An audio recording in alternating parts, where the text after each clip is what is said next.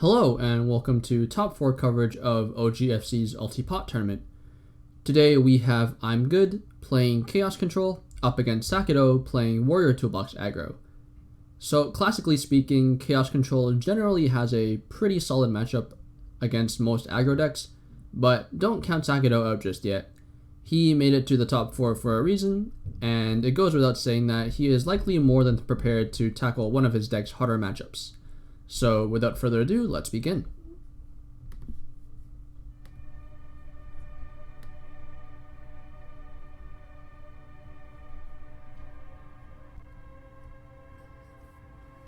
So Sackedo wins RPS, and he's going to likely choose to go first.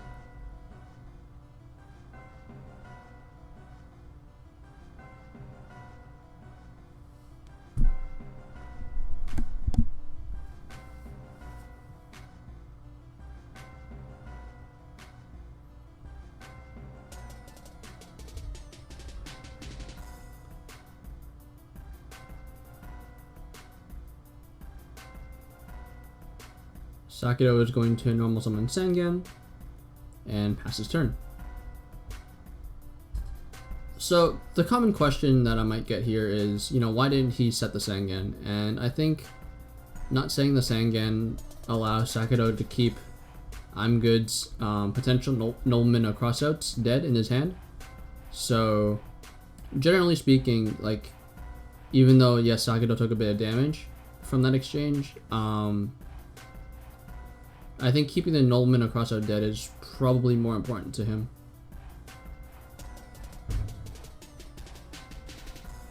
This also elicits I'm Good to use the DD War Lady immediately, so Sackedo doesn't have to worry about it later.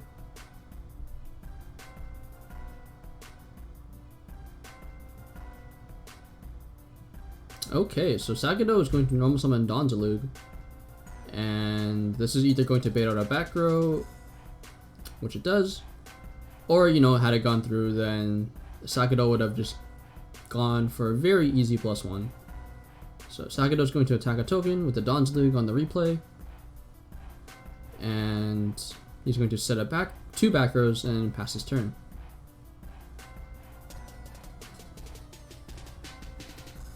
So right off the bat, we're going to see a Metamorphosis come down from I'm Good to try and take the Donzalug, and Sackedo is going to respond with Book of Moon on the Thousandized. I'm Good is then going to tribute off the Thousandized for Mobius,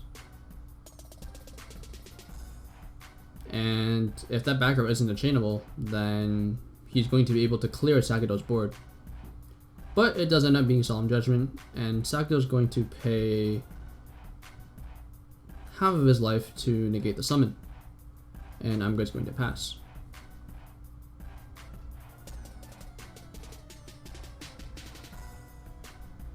So I think if you're Sackedo, you probably couldn't have asked for a better outcome from setting those two back rows. He basically had the correct back row for both monsters, or both plays that I'm Good went for, and should that last back row that I'm Good has be dead, oh well, it doesn't even matter. The breaker's going to come down,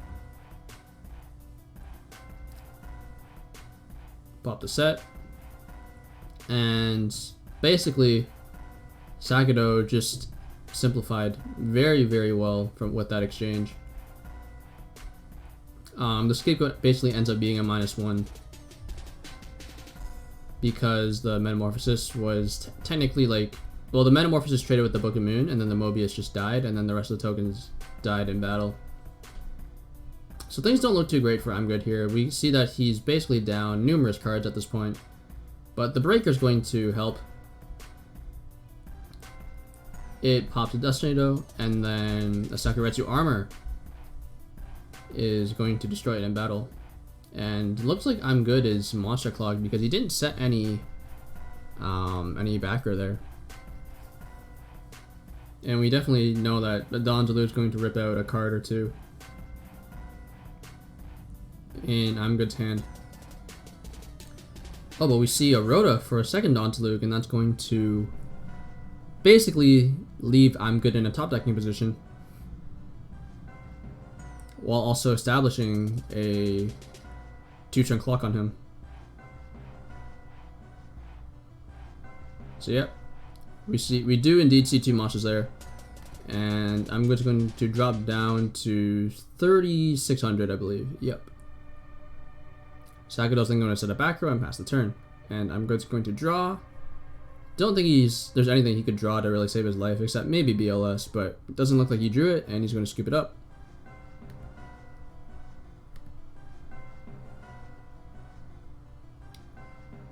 So let's move on to the side decks. I think from Sackedo's end, he could maybe side in like the spare Book of Moons to stop Thousand Eyes.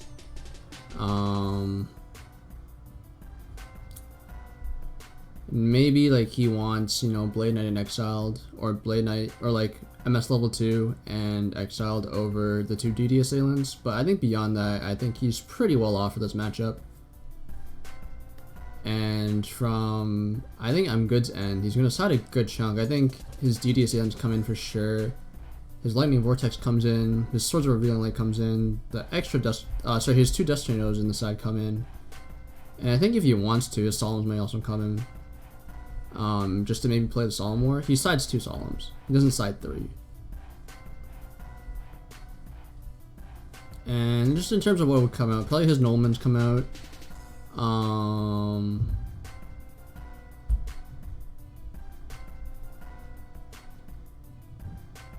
Maybe Prem and Call. Yeah, I think Prem and Call should probably come up for him. Morphing Dress should probably come up for him as well. And I think beyond that, he's actually pretty well off. Like, he has a good chunk of walls main decked already. He has decos to, you know, like dig through his deck and maybe see more interaction. Yeah, he looks pretty well off, honestly. I think he only has to make a few minor changes.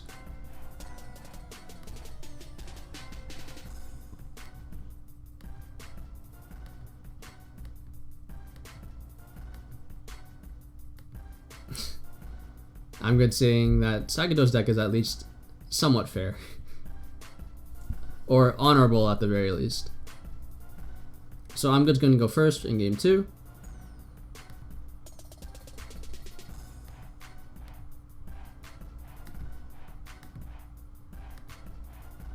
He's going to normal summon the DD Assailants, which I suspected he would bring in, and then he's going to set 2 back row and pass the turn.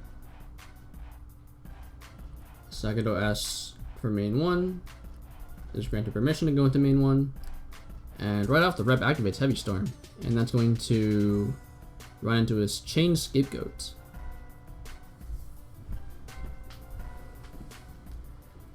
So I'm Good is goat locked here, but having said that, he does have to deal with the Assailant eventually, so I don't think this is too bad. Otherwise, you know, like, Sackedo is just going to take 17 per turn until he eventually dies. Or, the Assailant eats a Battle Trap, and then he's going to be unlocked. And I think Sackedo understands this as well, so he's going to summon the Chiron and then attack one of the Go tokens. He's then going to set 2, 3 back rows and pass his turn.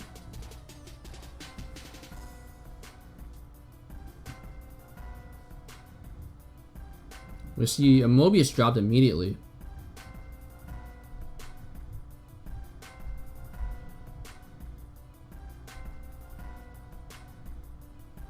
And Sackedo's thinking, so he probably has a Solemn, I think. And if I'm him, I probably would use it here, and he does indeed use it here. He's going to pay 4,000 life points and negate Mobius as summon, thus protecting the rest of his back rows and the Chiron in play. I'm then going to set a back row and pass the turn, but in the end phase, Sackedo activates Sackedo to destroy Torrential Tribute. So things look pretty good for Sackedo once again. And generally speaking, I think this is just kind of like most aggro decks at their finest. They generally start off very strong, but should the game last for very long, then the tides shift pretty significantly to the control player.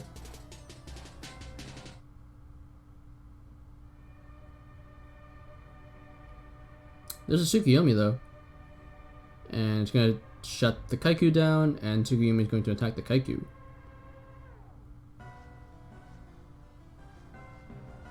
And that ends up going through. In the end phase, Tsukuyomi is going to return to I'm Good's hand, and then he's going to pass the turn.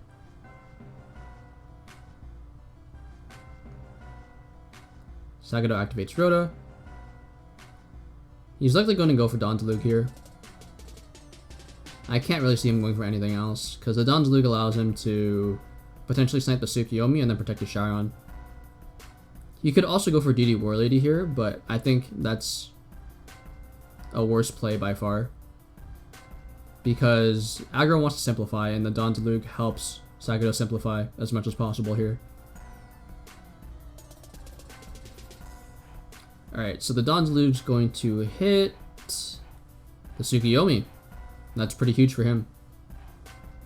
I think it's pretty clear that the set is not a battle trap, so I think hitting the Tsukuyomi and just sniping it out of the hand like that is pretty good. Pretty good. I'm going to set some monster and passes the turn. This could be a wall for all we know, just based on how quickly he set it. So Sackedo's thinking here. He's going to normal summon Breaker. I think he's concerned it might be a jar, because it might be the only thing that Sackedo loses to. But it ends up being Gravekeeper's Spy instead. And the spies are going to be a problem for sure. They're going to allow I'm Good to buy a bit of time. He can just draw the game up from here on out and basically just wait until he sees resources, and then Sackedo's going to be hard pressed to deal with them. And just looking at Sackedo's list, he does not play Ninja Grandmaster Sasuke, so those spies are going to be sitting on the field for quite a long time. I think his only outs at this point are basically like Exiled Force or Tribe Infecting Virus. Well, he would need Exiled and Prem, I think. Like Exiled and Prem or Exiled and Call. So I'm Good's going to summon his second Tsukuyomi and run over the Breaker.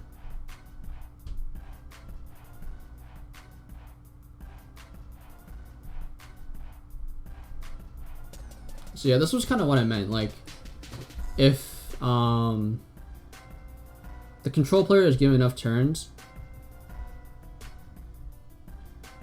it can be pretty difficult for the aggro player to win, because eventually they'll draw into stuff like walls and like Scapegoat plus Metamorphosis and like ways to deal with Solemns like Decree or like 7 Tools. So things can get pretty rough for them. The aggro players that is.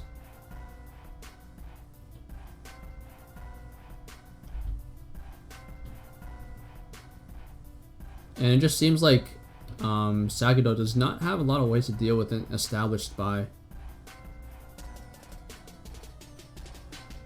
Yeah, he's just like committing monsters to the board for, I guess, like the sake of tempo and just like for the sole reason that he can commit monsters to the board. Sackedo's going to activate Magic Drain, prompting I'm Good to discard a Snatch Steal and then draw 2 cards. I'm Good's then going to set a monster and a back row and pass the turn.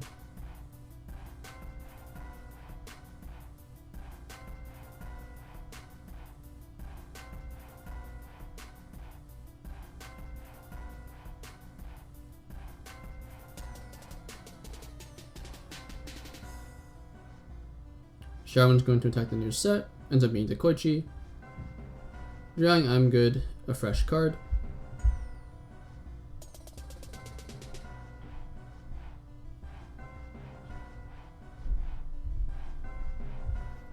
And it definitely looks like the spies are putting in mad work here. I think Sackedo's just kind of praying at this point that he draws one of his few outs, but like,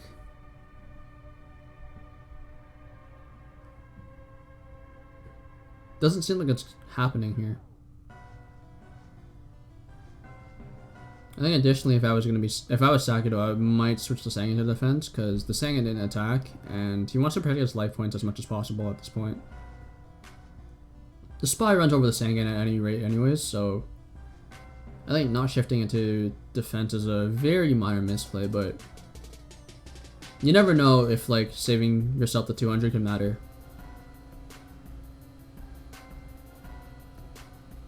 Now he shifts the Sangan to defense. He's gonna set a back row. And then pass the turn. In the end phase, I'm just going to activate Sackedo though, and that's going to pop Book of Moon. Play passes to I'm good.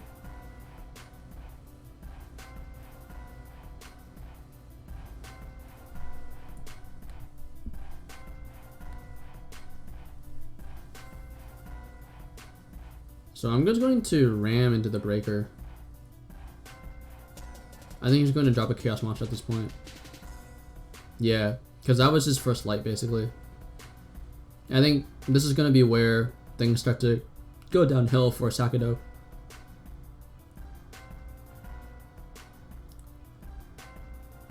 Sork's going to banish the Sangan. I agree with this, actually, because should you know, like, Sackedo have some way of triggering his own Sangan, then you could get Exiled Force and pop this Chaos Sorcerer.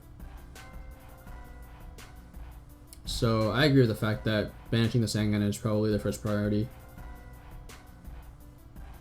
I'm just going to activate Graceful Charity, and this kind of looks like the beginning of the end for Sackedo, honestly.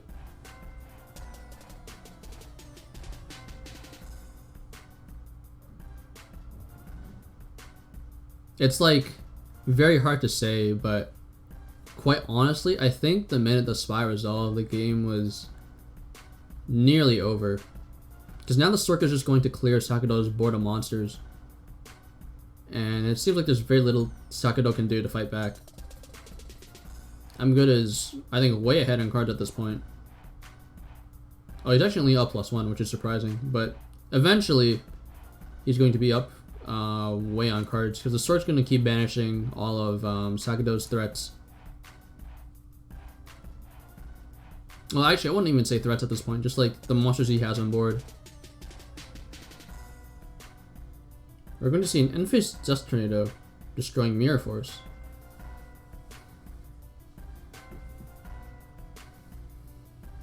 I'm just going to activate Duo. Just to rub salt in the wound, Sackedo's just going to scoop it up. He's like, I've had enough. I think he kind of sees the writing on the wall, and he's just going to admit defeat and move on to Game 3. I think if I were him, I would do the same thing as well. I think his odds of winning the game after the Spy resolved were close to none, honestly. And I think in terms of adjustments, Sackedo may want to side in Mystic Swordsman level 2 to pop a set Spy. You can't really side in Sasuke because he just doesn't play it, period. So I think MS level 2 is going to be his next best choice.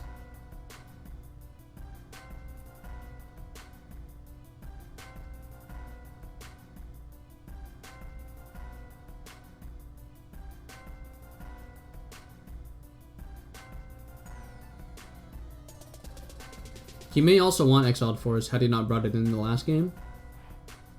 I think at this point he's more than likely going to bring it in this time around.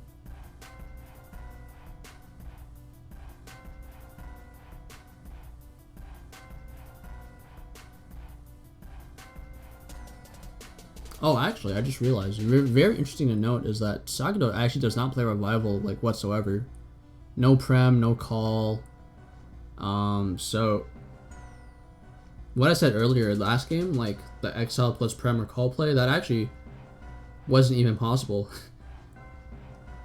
So my mistake there. So I think that actually just meant he only had one out, which was Tribe, and he was just basically banking on drawing the Tribe, and before I'm Good could basically pull his resources together and mount some sort of offensive push that Sackedo couldn't come back from.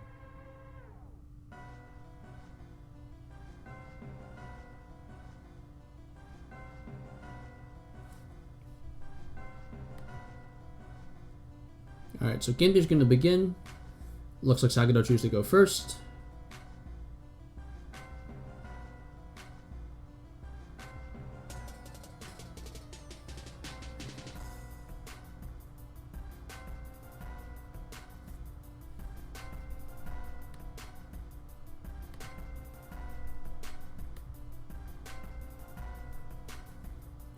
Sackedo's going to start off with DD Assailant and 2 back row and pass the turn.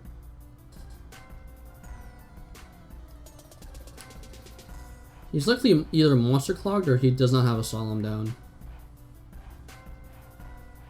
And I think the former is likely more probable. We're going to see a Magic Drain though come down for the Pot of Greed. And it looks like I'm Good does not have any extra spells, so he's just going to 1-for-1 with a pot. Pretty huge. I'm Good just has a monster and passes his turn. And I think if I'm Sackedo, like every set monster now is a threat because it could be Faith, it could be Dekoichi, it could be Spy, which he has kind of proven through the last game that he can't really out very well.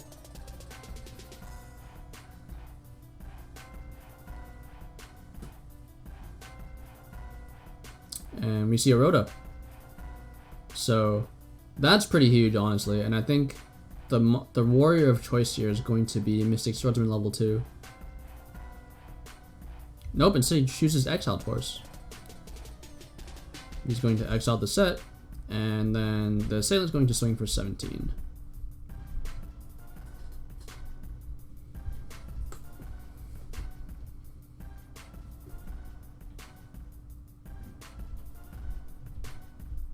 I'm Good drops down to 6,300 life points.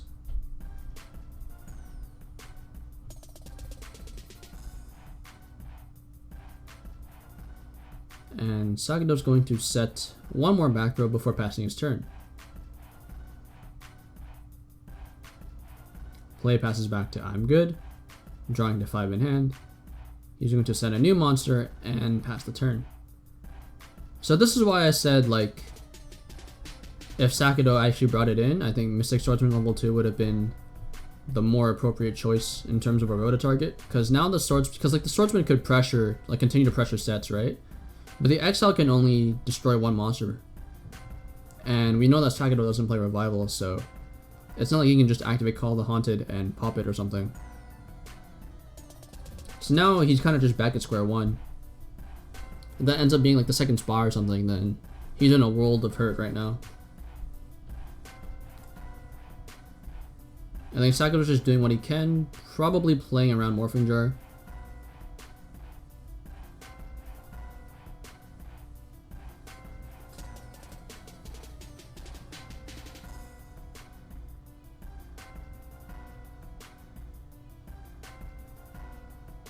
He's going to normal summon Kaiku.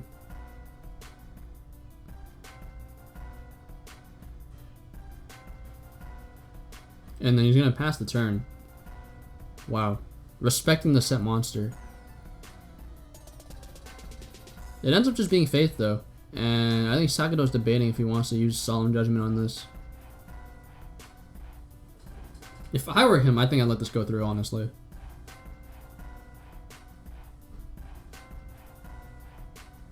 Yeah, he does indeed let that go through.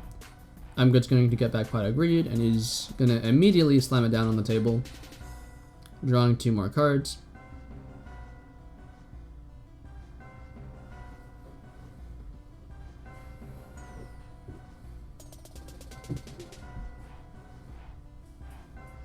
So I think I'm Good just being scared of what the set could possibly have been. Might cost him in the long run.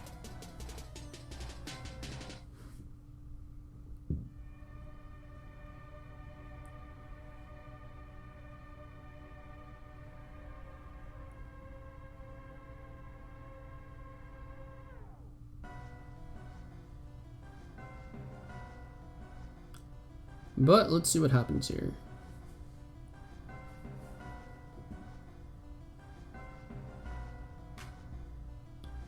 Alright, so we see a Blade Knight come down. Blade Knight's going to attack the set monster. Ends up being another Spy.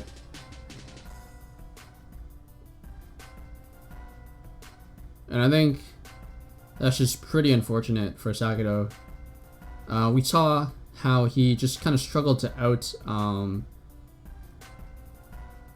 the two spies that I'm Good had last game, and I think given the Rota search he went for earlier, I think that's going to hold true again.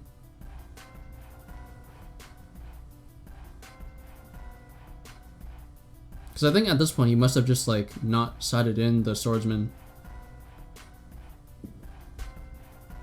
which to me is kind of like appalling, but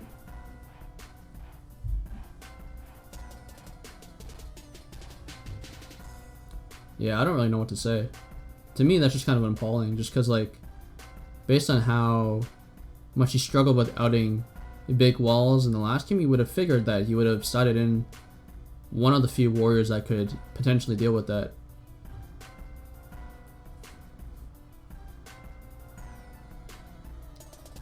Alright, so a play passes back to I'm Good. He's going to normal summon Tsukuyomi, targeting Kaiku. And he's going to most likely attempt to run the Kaiku over. Sackedo has Book of Moon. And in main phase 2, I'm Good's going to activate Graceful Charity. Not sure why he didn't activate that earlier.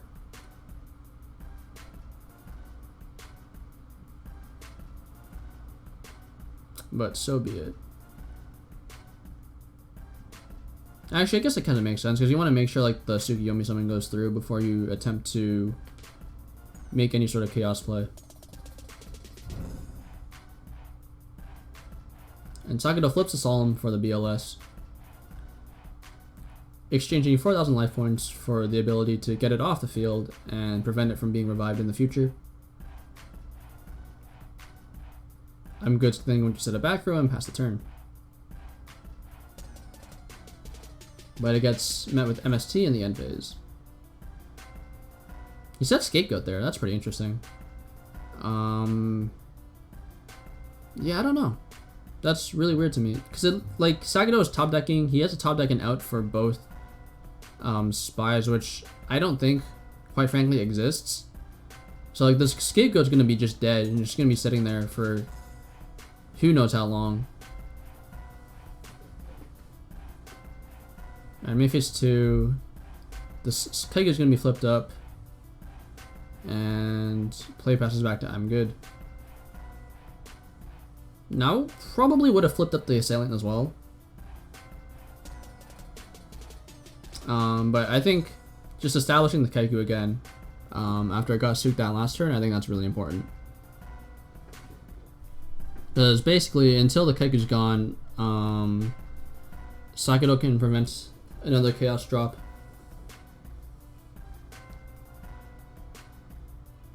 Alright, so I think Sackedo's in that position again where he desperately needs Trap Infecting Virus.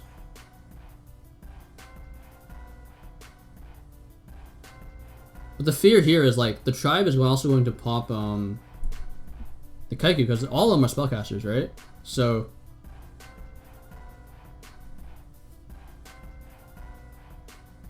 he has a very interesting decision to make.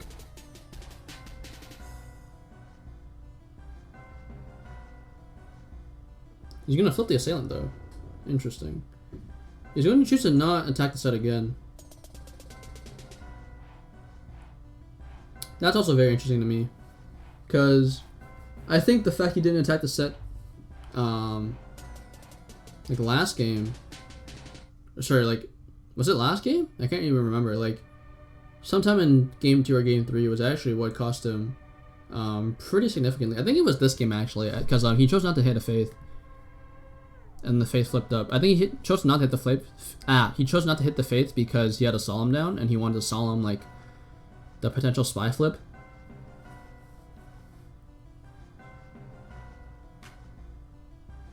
And I think, yeah, just by the way, yeah, okay, I saw the writing on the wall too.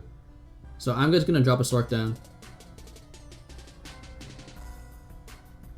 And this is also why I sort of disagree with the Assailant flip, because if he left the Assailant down, the Stork can't banish it.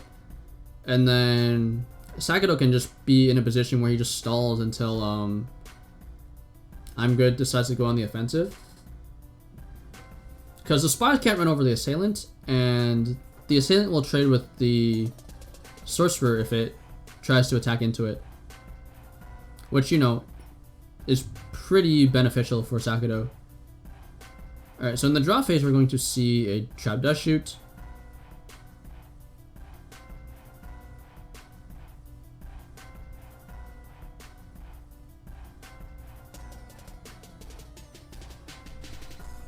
I'm going to see Duo.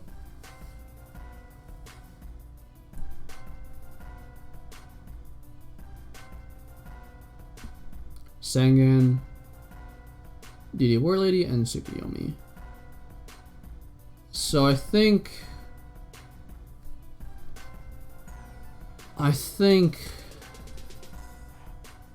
this is kind of rough, actually. I think the suit goes back, if anything. Because the War Lady trades with the Blade Knight, if anything. Not that he has to, because he can just Sork Banish.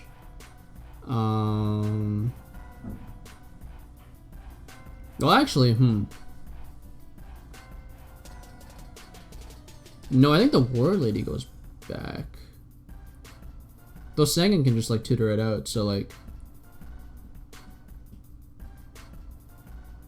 No, you know what? I think the War Lady goes back anyways.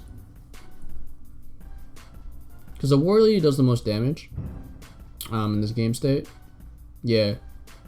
Yes, Sangan can search it out, but like at this point you just have to pray like, oh, hey, maybe I draw a War Lady or something. Like maybe like Sackedo draws his own, and then you just trade the Sangan. And the suit can't get over the War Lady either.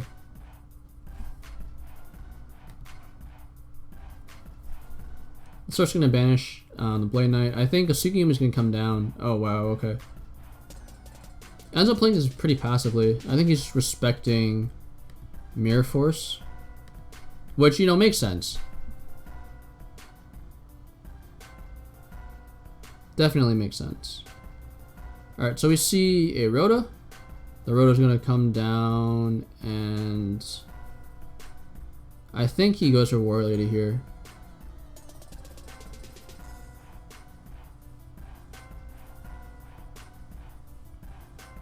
But I think Sackedo will soon realize, like, anything he summons won't really matter a whole lot in this game state.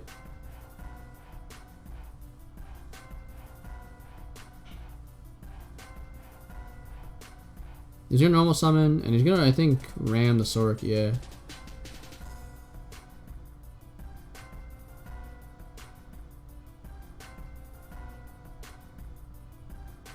He's gonna pass from there. So I think he's just basically at this point, I think he's kind of accepted the fact he's lost this game, and he's just probably going to try to keep I'm Good honest. I'm Good being deathly scared of Mirror Force.